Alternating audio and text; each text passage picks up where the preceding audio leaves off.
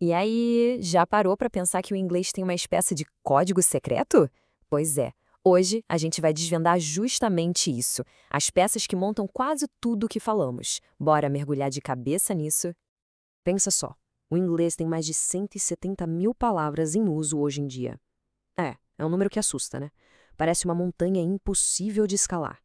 Mas e se existisse um atalho? Porque, na real, com apenas 200 palavras, dá para entender mais de 80% da comunicação do dia a dia. É isso mesmo, 200. Esse é o tal código secreto, o verdadeiro alicerce do idioma. E o fascinante é que esse padrão, sabe, onde poucas palavras fazem a maior parte do trabalho pesado, isso é quase uma lei da natureza na comunicação. Então, nosso roteiro de hoje é como se fosse a planta baixa do idioma.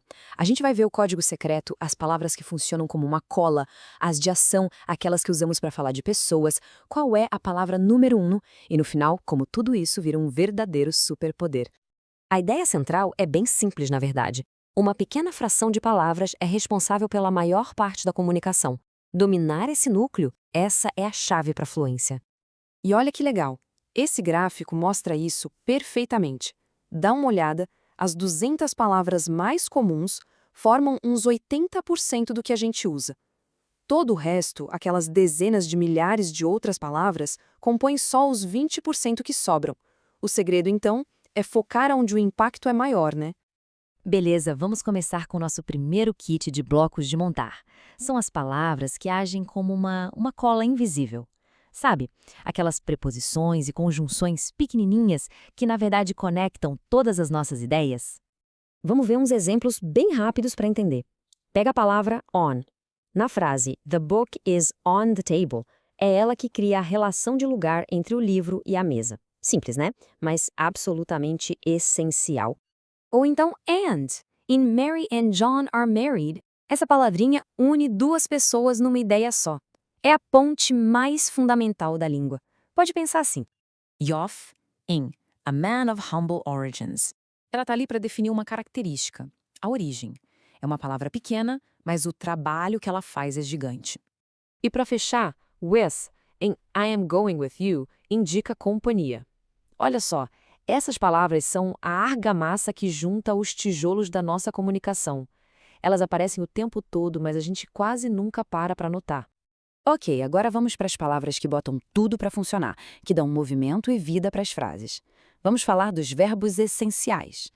E no topo dessa lista a gente tem três gigantes. O to be para dizer que algo é ou está, o to have para mostrar a posse e o to do para botar a ação para rolar.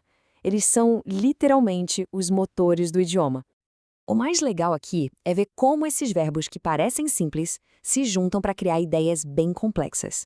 Olha a frase: I have been an English teacher. Aqui a gente usa have e be para falar de algo que começou lá atrás e continua até hoje. É uma construção super poderosa, feita com pecinhas bem básicas. Seguindo em frente, temos os pronomes, as palavras que entram no lugar dos nomes. Pensa neles como atalhos, sabe? Atalhos super eficientes que evitam que a gente fique repetindo a mesma coisa e deixam a conversa fluir muito melhor.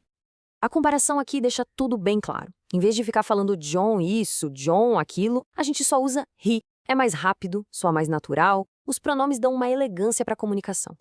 E um detalhe, esses pronomes mudam de forma. Depende do papel deles na frase. Se ele faz a ação, é I ou she, por exemplo. Se ele recebe a ação, vira me ou her.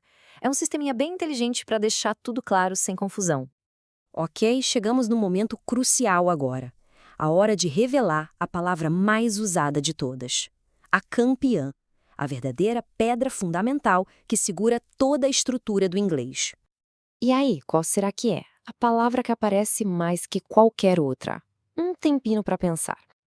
Olha, a disputa é boa. Palavras como of, and, to, in, o próprio verbo to be, todas elas estão lá no topo, são super frequentes. São a espinha dorsal de um monte de frases. Mas só uma pode levar o troféu. E a palavra número um é the. Isso mesmo, o artigo definido. A função dele é super simples, mas é fundamental. Ele especifica alguma coisa.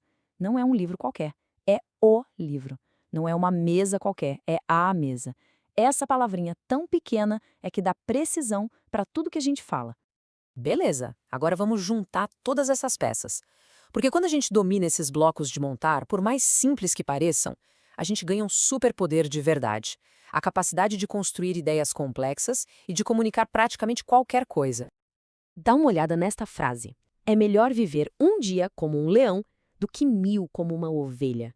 É uma frase forte com uma ideia profunda, né? E o mais incrível, ela é construída quase inteiramente com aquelas palavras simples e fundamentais que a gente acabou de ver. Isso mostra o poder que esses blocos básicos têm. E para fechar, este gráfico aqui resume a ideia principal de tudo que a gente conversou. O verdadeiro poder na comunicação não vem de saber 1 milhão de palavras complicadas. Vem de dominar de verdade aquele núcleo de palavras mais usadas. É daí que nascem a fluência e a clareza. Então, o ponto central é este. Com um punhado de peças, dá para construir universos inteiros de ideias. A pergunta que fica no final não é sobre quantas palavras existem para aprender.